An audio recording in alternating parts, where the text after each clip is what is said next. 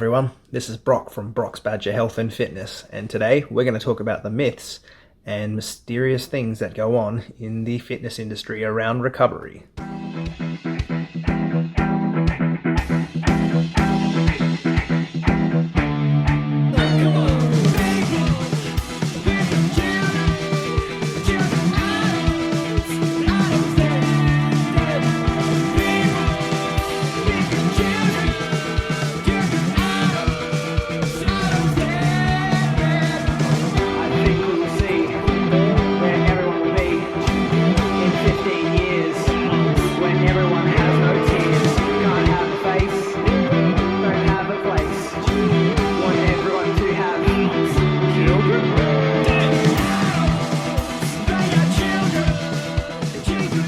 So today we'll go over about 3 myths that are built in and around what people think they need to do to recover from exercise.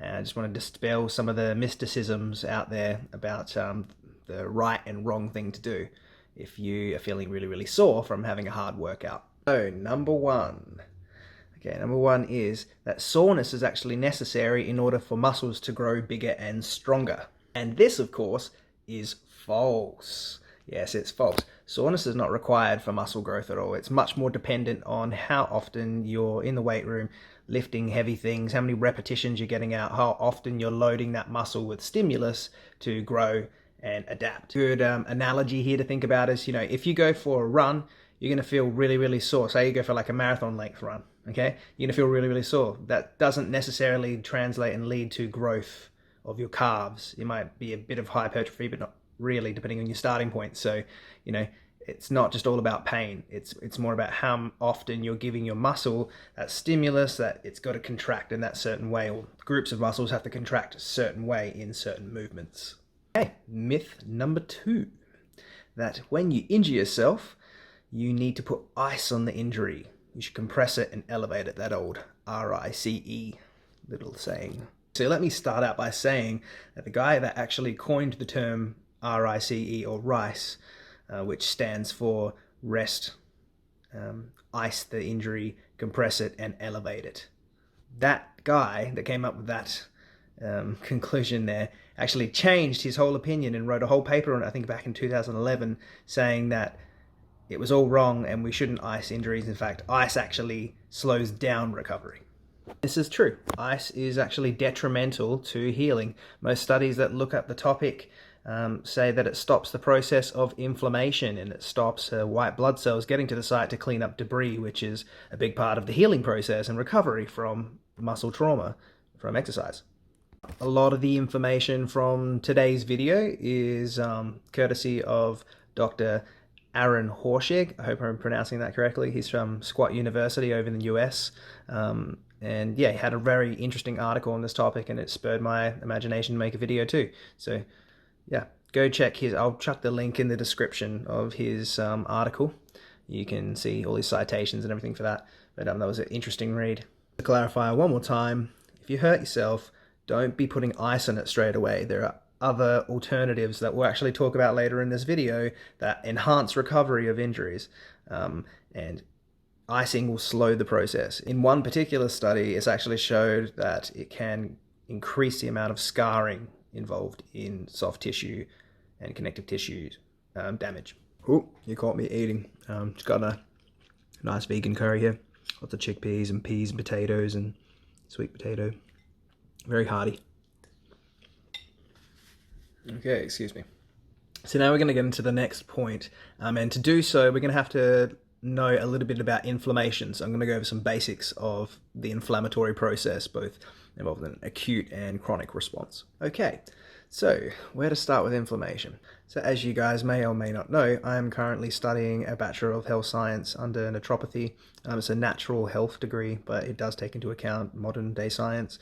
And yeah, we have gone like over the inflammatory process, I don't know how many times, more times than I can count with my hands. So this is my basic rundown on inflammation. Okay, so inflammation occurs because your body may encounter a form of injury or trauma, okay? And Example of an acute trauma would be something like the muscular damage that you do to yourself after exercise. After this damage or trauma occurs, it basically signals the area to signal other molecules to attract white blood cells to come to the area. And what happens when the white blood cells come to the area is they basically poke holes. The best way to think about it is like they make the membrane of your blood vessels more permeable or leaky, and because of that a lot of fluid leaks through, and that's why we get swelling with inflammation. So the white blood cells come through and they try to clean up all the debris, the dead cells and stuff, and take it away. And what happens when you ice an injury, say for example, is you stop that process of the white blood cells going there. Actually, in studies, it slows the progress of those white blood cells coming to clean the area of inflammation and trauma. So don't ice, okay? So you may be asking, well, if I can't ice an injury and I don't compress it, I don't elevate it, what do I do to rest? Well, you got to move. You got to move around to rest. So this leads us perfectly into the third myth, number 3, that movement is bad for injuries. This is 100% a myth of the fitness industry. Everyone say, you hurt your ankle, if you hurt your knee, you got to go home and rest. You got to go ice it. You've got to take it easy. Well, you do have to recover within the short term, but then after that's over, you should be moving it around. And I mean, as early through the process as you can, try to move the joint around, whatever you've injured. Try to promote some new blood flow there. It's when that initial trauma's there and the swelling's there that you can get new blood flow and nutrients to rush to the site through doing certain things. So moving around is really, really good. And number one thing that the movement of your muscles will do is promote the... Okay, now we're going to have to get into another body system. Okay, so to understand why movement is good for recovery, we have to get into your lymphatic system. Okay, and for those of you that don't know what your lymphatic system is, it's basically a closed system of vessels, similar to like veins, arteries, the blood vessels, but it works a little bit differently in that the lymph doesn't have a heart, doesn't have a mechanical pump to pump all of the lymph fluid around to your extremities. So what you need to do is you need to contract your muscles, and movement, like active movement, is going to pump the lymph. Okay, so this is why it's so important. Well, you may go, okay, that's cool, Brock. We've got this whole new system, right? Or you may already know about it. Well, the reason that it's important is that the lymphatic system is one of the vital systems that's involved with pulling toxins and wastes away from our internal organs and sending it out to be excreted through the bowel. You may go, okay, well, how's that related to anything? Well, when we work out and we build up lactic acid, we do damage to our muscles. That metabolic wastes, they need to be taken away from the muscles through the cardiovascular system into the lymph, and then taken out of the body. That's one of the routes of elimination. So in order to recover, you need your lymphatic system to take away all of that metabolic buildup of toxins and wastes from the muscle tissue. Second function of the lymphatic system, and really fingers crossed that you guys see the connection after this, is that it's the primary transport and production of your white blood cells. Remember, they were involved in the inflammatory process I talked about earlier. You see, if people have a knowledge of the lymph system, normally they understand that it's a system of nodes and vessels. Let's see, we've got lymph nodes. You've probably heard of that before. But there's two other glands that are part of the lymph system. One's the thymus gland, and the other one's the spleen. Well, the spleen's not really a gland, it's an organ, the spleen. Okay, and the spleen is basically like the manufacturing processing center of the lymph system. It recycles red blood cells and other white blood cells, and it pretty much controls, it's like a depot center.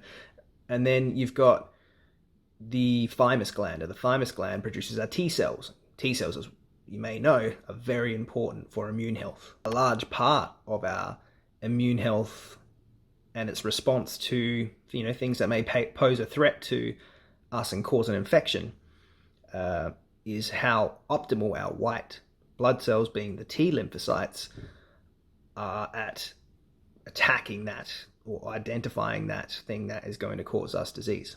Pathogenic bacteria, pathogenic fungus, whatever it is. So you're saying now, Brock, okay, I kind of get it. Well, we've got this thing called the lymph system, and it controls our white blood cells and our immune health. So, when we hurt ourselves, we need white blood cells to come and clean up the debris and take away the waste and toxins, put it into our lymph to then, flow off and get it out of our body and recover. Ultimately, to recover, right? That's the name of the game. It's what everyone's trying to do.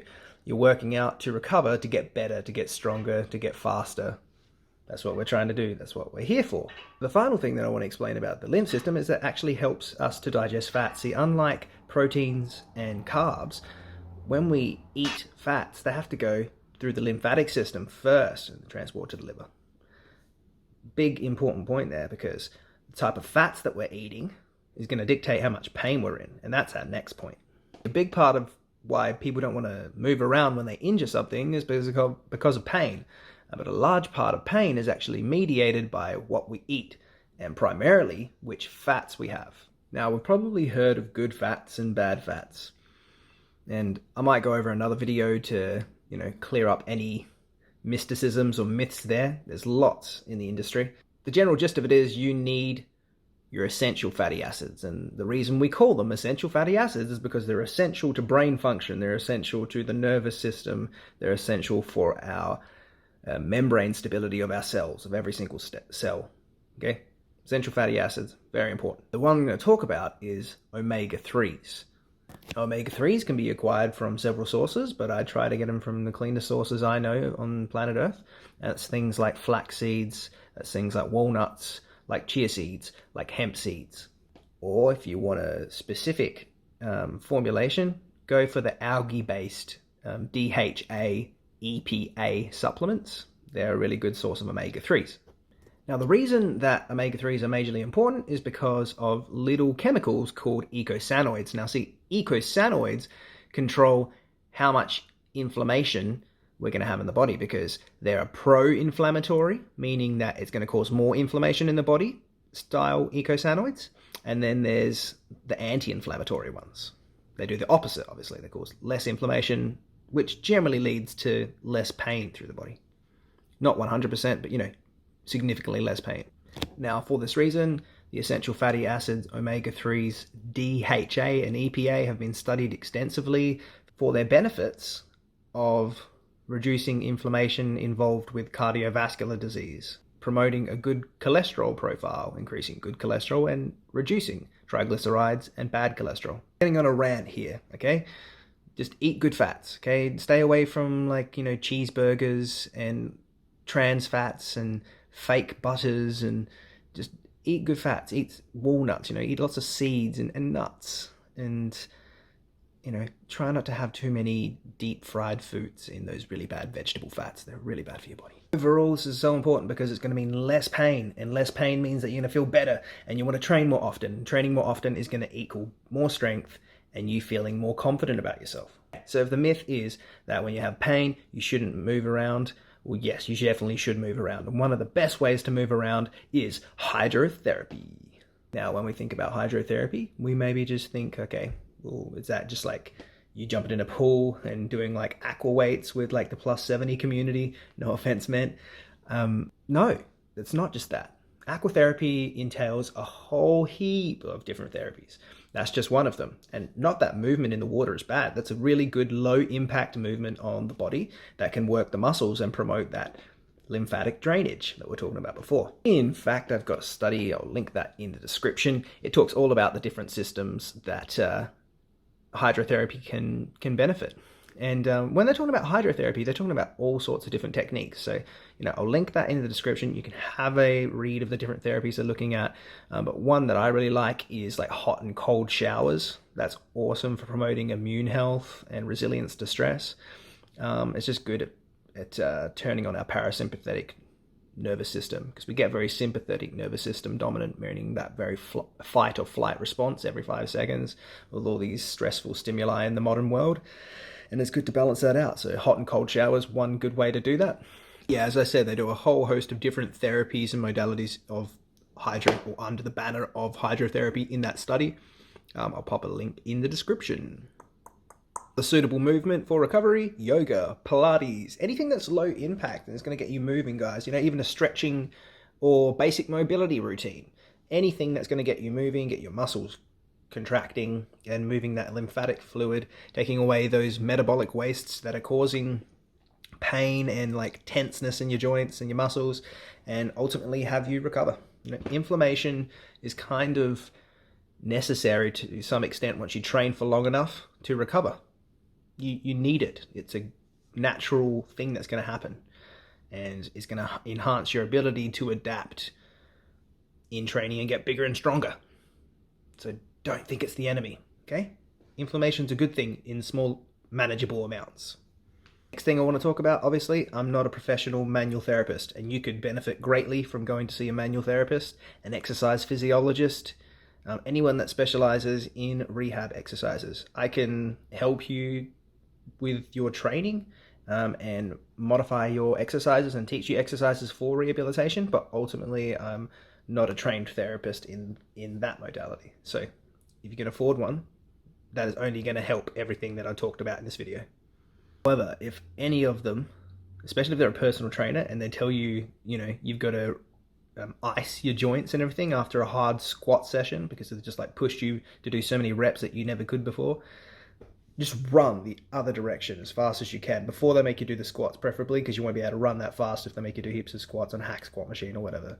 Okay, they don't know what they're talking about and they're going to damage you long term. Don't ice. Final time, don't ice those injuries. I'm watching, don't ice those injuries. I'm watching, don't ice.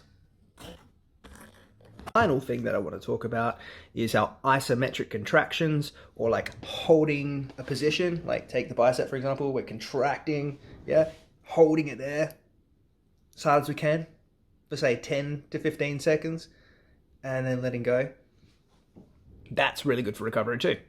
And that is helping that lymphatic drainage to come to the area, take away the metabolic waste.